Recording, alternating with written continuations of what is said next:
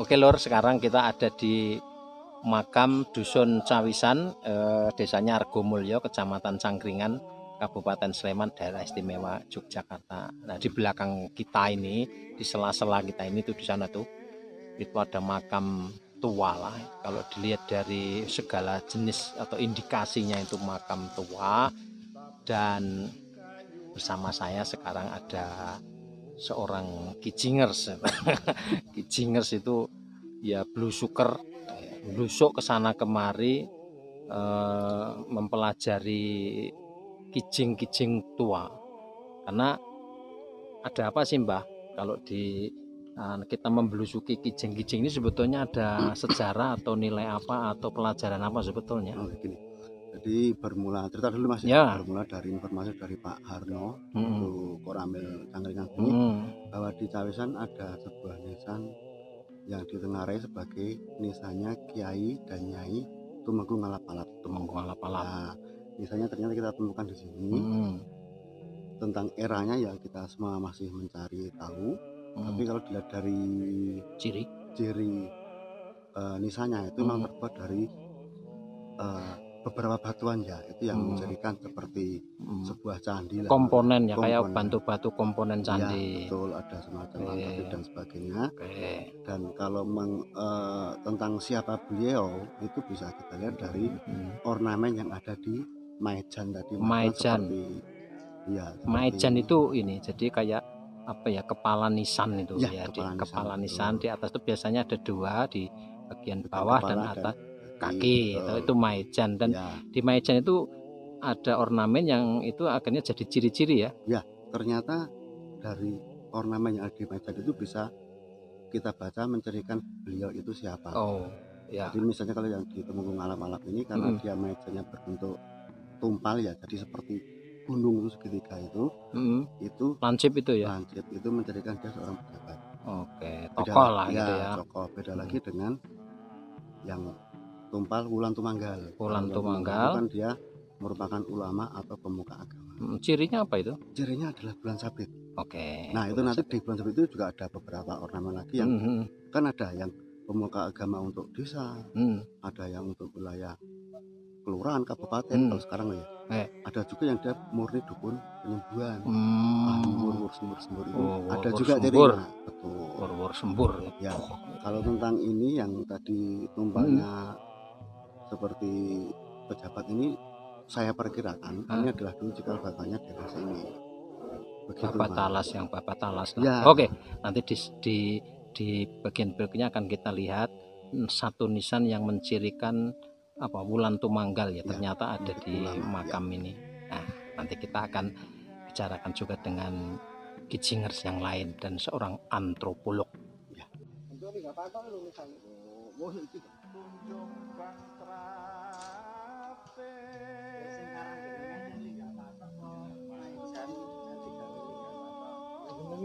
Keluar lah makam luar gunung lho di Jakarta, tapi pada satu masa mungkin jing seperti itu populer.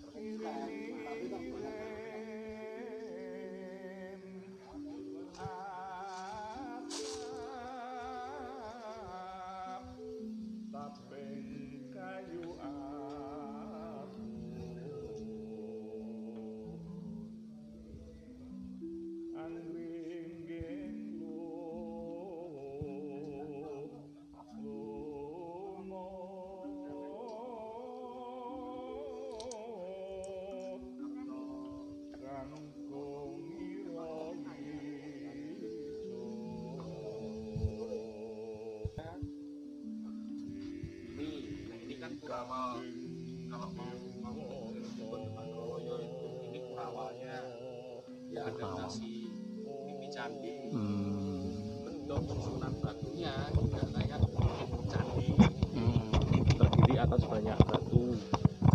Hiasan-hiasan yang ada di kanan kiri termasuk yang sini Mas, ini kan juga mirip-mirip hiasan ornamen yang ada di candi Antepe ya.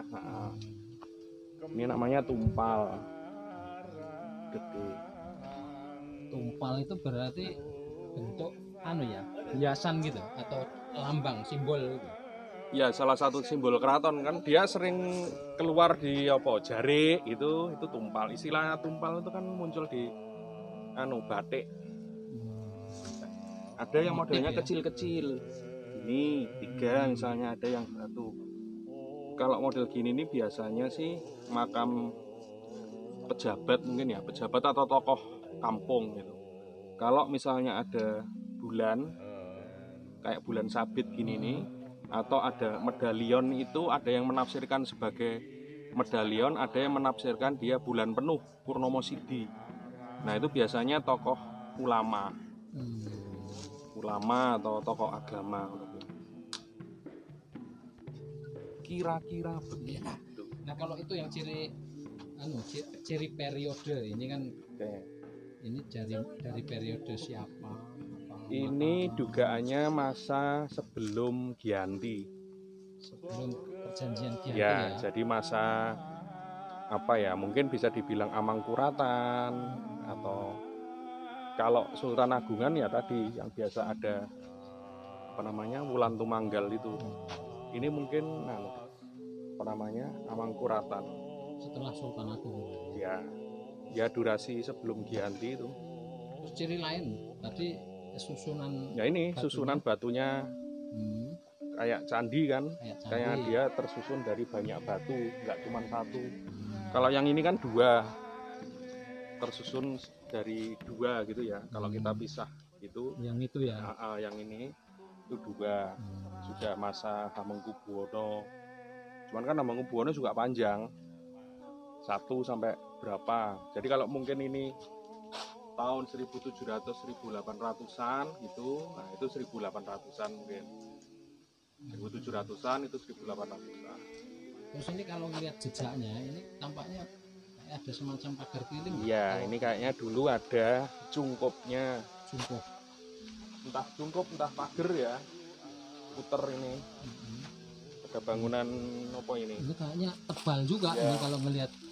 Gerbangnya mungkin juga di sini, pintu masuknya ya. Ini cungkup. Saya nggak tahu apakah dulu ada atapnya apa enggak. Terus pagernya itu seperti apa? Nah aku curiga pagernya tetap susunan batu bata. Ya ini ya. Susunan batu bata yang tidak disemen.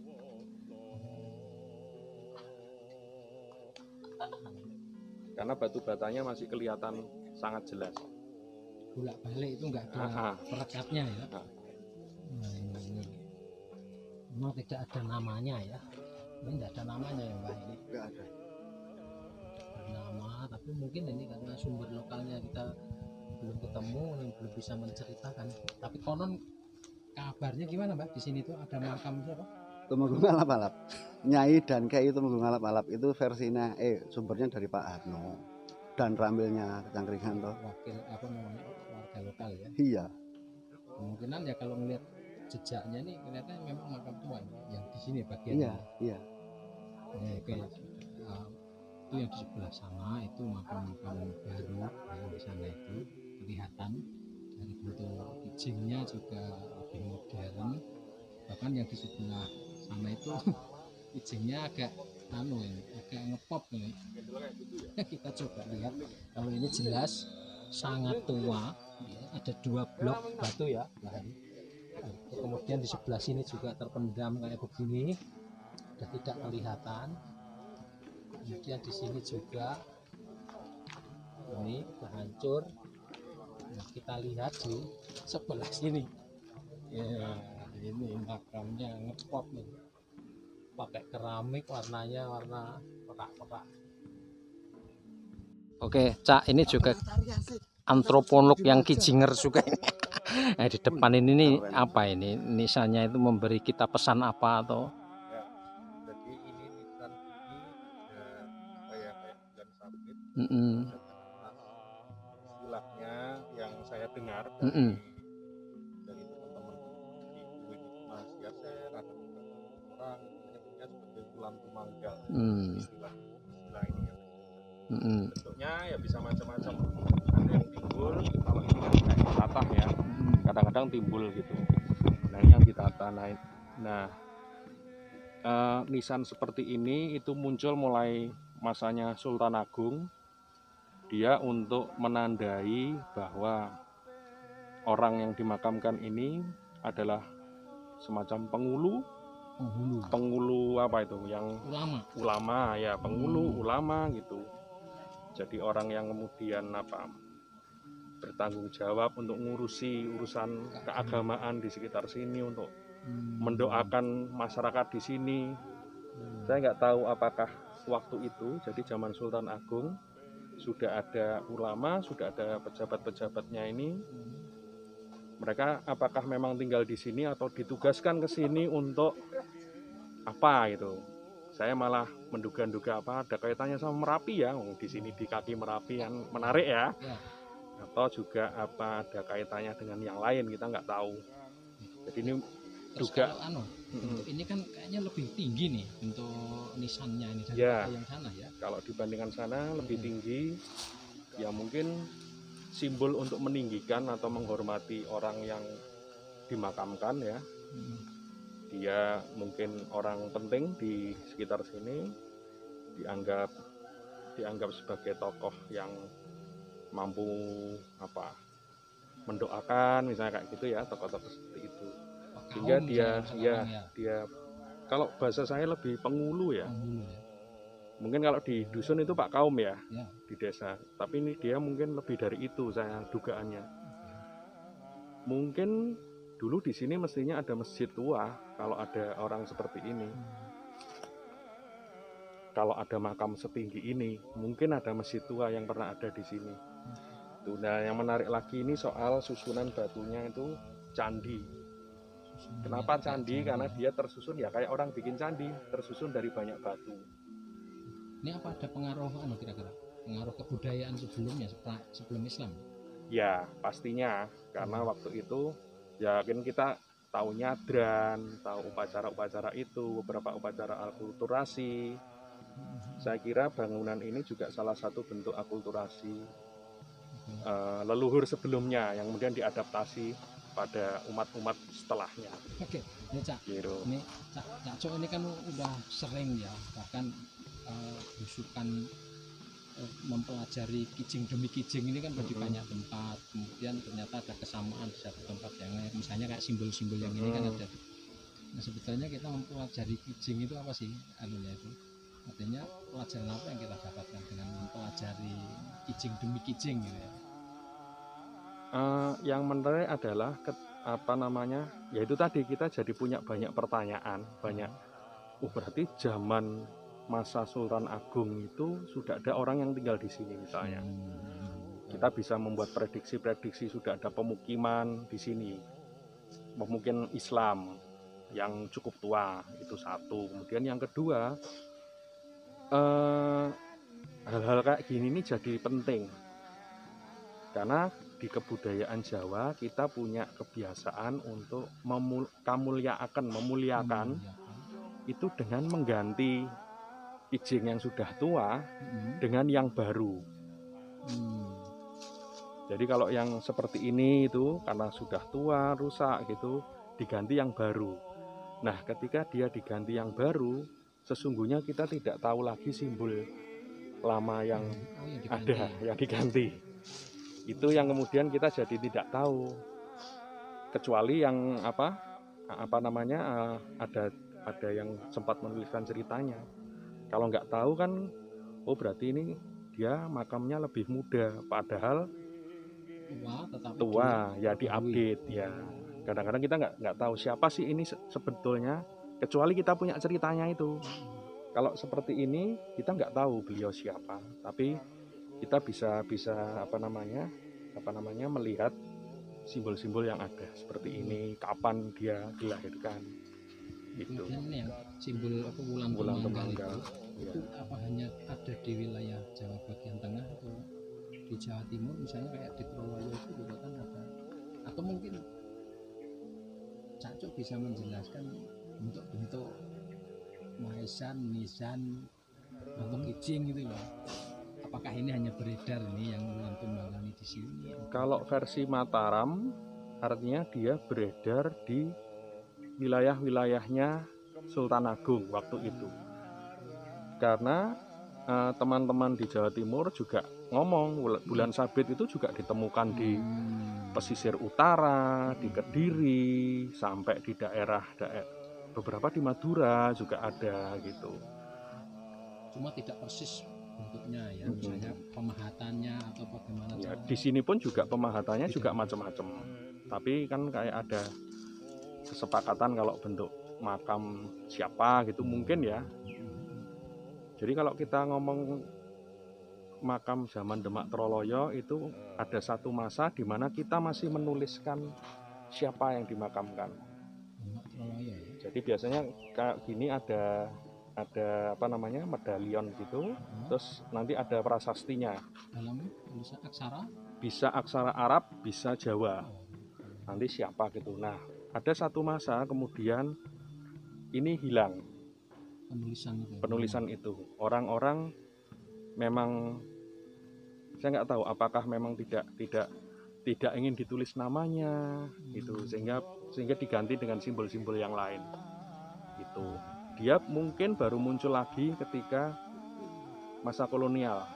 Kalau makam Belanda, nah itu kan banyak tulisan-tulisan, kalau kita sebut apa epitaf ya, tulisan yang ada di lisan itu puitis-puitis gitu. Nah mungkin nama-nama itu kemudian tampil kembali mungkin. Ini toko kene selatan. Terus makamnya itu barat laut ya, pinggir kali. Enggak mesti posisinya barat laut kan? Ya, yang paling tua kan utara, paling kulon. Luar kulon sama barat laut. Ya. Cuman kan secara geografis apakah dulu kali ini tetap atau itu melebar atau menggak-menggok, saya kan juga nggak ngerti. Tapi dia memang paling tua dan paling lor iki ono beberapa. Kaidah juga nek makam itu malah di selatan. Apa Ki Gusti Sopo, tapi ngono ki biasanya oke sing nunut. Ada yang ngikuti pas ini prosesi itu ya. Prosesi. Bukan tak ngikuti tamunya tapi memang itu jasadnya ikut di. Atau kalau enggak ya simbolik, karena nek sing ning Mataram kae ya ono kaya kremasi ning ngono kae. Kotak ngono kae terus dene makam. Macam di pembakaran itu maksudnya. Mungkin seperti itu. Kan data prasasti kan yang selalu diperabukan adalah yang penguasanya, terutama si Maharaja. Tapi nek lu masyarakat umumnya kan ngono tahu. Ya ini menarik sih. Jadi ketika kan ada misalnya ada yang ngomong kalau candi dipermakamkan itu kan kotor segala macam. Itu perspektif raja. Nek tafsirku. Yo apa ya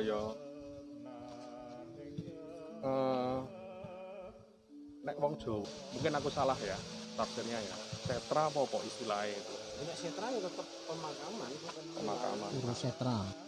Cuma kan sing Padang Kurusetra ya tapi sing tidak perangan Trunyan. Nah nek Trunyan itu kan setra. Jadi sing nang kono dudu sing kesatria karo sing dhuwur. Waisya dan yo masyarakat wong biasa. Waisya Sudra. Mungkin karena itu tadi balik lagi biaya pelabuhan sangat mahal. Atau Terus ya mereka menemukan tempat itu ya. Atau juga memang Ngaben itu memang bukan untuk kami. Jadi mereka Cuman ini kan mencari sih cara ngomong memang sendiri. bukan orang kita kan bukan orang Bali ya. Ya pokoknya kalau mahal kudu aku berarti kan tetap ono ismo. Ya. Kan kalau bandingin lagi kalau kita mau ke Sumba gitu, ke Sumba pemakaman itu mahal karena dia dalam rumah itu orang yang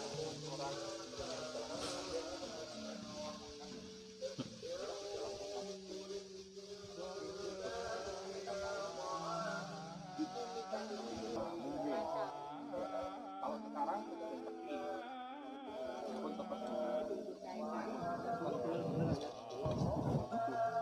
ya waktu itu duduk itu sila duduk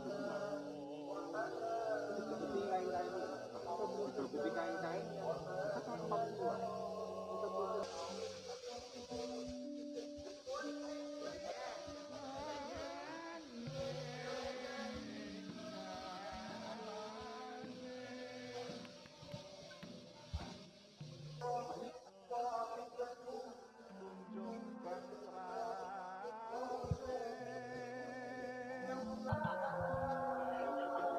apa? Nyonya atau nyai? Ya. NJI. Soalnya di tempat Pak Uwo masih kiai nyai juga. Kiai. Ya betul. Nyai.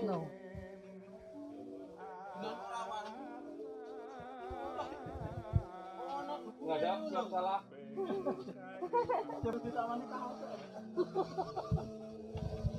Kayak wis go kaos, jadi pas tugas kuwi.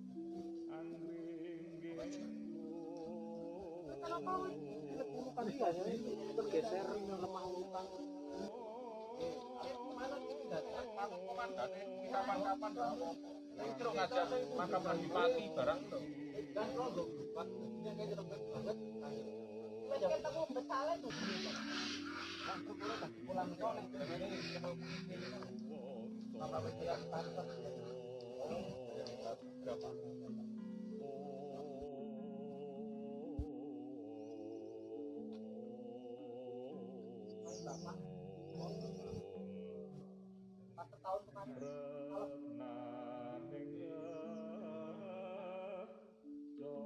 Ini sudah masih agak lama. Nah, di sini ini ada yang unik ini. Ini maesan atau kepala nisannya atau kijing. Ini ada bentuknya seperti apa ini ya? Cakra atau teratai atau apa ini? Nah, ini nanti kita coba nih biar dijelaskan ini. Nah, ini gimana Cak? Nah ini buat saya menakjubkan karena ada bulatan ya. Bulatan ini bisa ditafsirkan sebagai medalion yang menjadi cirinya nisan Demak Troloyo. Jadi model seperti ini sudah hadir sejak zaman Majapahit akhir, sejak zaman Majapahit itu abad-abad ke-15, abad 16. Cuman kalau dulu biasanya di dalam lingkaran itu ada prasastinya, bertuliskan huruf Jawa atau huruf Arab gitu. Terus di luar medalionnya itu biasanya ada kayak dijadikan Surya Majapahit. Gitu. Ada runcing di Ya, sudut-sudutnya itu. ya. Jadi tafsir saya di sini juga ada tumpal gitu ya. Tafsir saya ini adalah makamnya tokoh yang tidak hanya ulama, karena di baliknya itu kan ada Wulan Tumanggalnya. Nah ini kan Wulan Tumanggal dan ini menarik. Saya nggak tahu ini apa ya, tapi ini menarik reliefnya ini. Ornamen itu ya. Iya, menarik sekali. Nah ini Wulan Tumanggal, ini kayak awannya gitu mungkin. Jadi tokoh ini selain dia ulama, mungkin dia pemimpin yang ada di sini. Ini termasuk spesial ini. Ya, Posisinya ada di sini ya.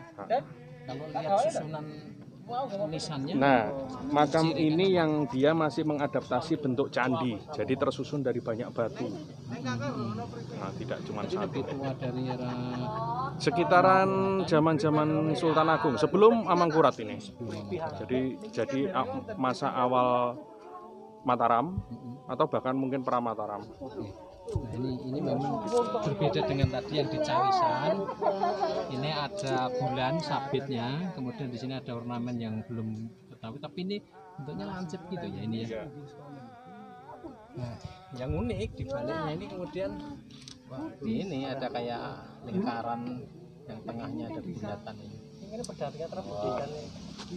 Dan di sini juga banyak kalau kita kayak candi, jadi apa? Batunya banyak.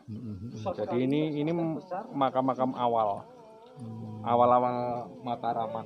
Jadi banyak ini cuma ini makam apa ya? Di Sini Gayam. masuknya Gayam. Di makam Gayam ini ada banyak. Nah, suatu yang begini.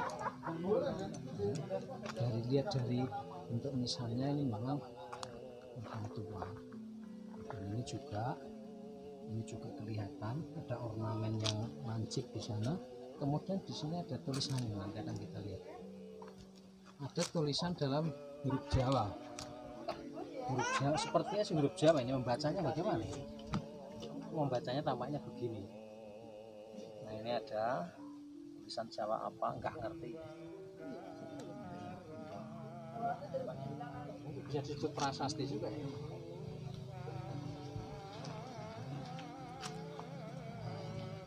Model Bayam. ada makam lagi Pak. Ini ada prasastinya itu, ada tulisan aksara, tapi kayaknya Jawa Baru. Coba direkam Mas. Oke. Saya sih nggak bisa baca. Kayaknya kalau lihat guratannya kayak Jawa. Cuma ini kalau bentuk ininya tua ya, Tumpal ya, tumpal. termasuk tokoh lah ya. Nah, ini juga deretan makam tua. Khas ya, tumpal. Tumpal sama Wulan Tumanggal. Lantu mangga yang di sana tadi. Nah, kalau ini tumpal ini. Tumpal.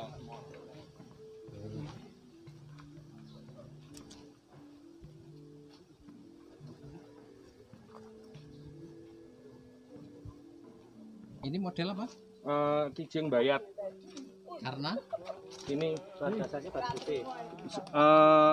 apa jenenge lincip-lincip. Kalau jenengan ke makam Bayat model kayak gini ini banyak. Ininya. pojok-pojoknya. Pojok sampai sini sebetulnya batu putihnya ini. Oke. Nah ini ada hiasan-hiasan ini dia batu putih biasanya lincip-lincip gitu.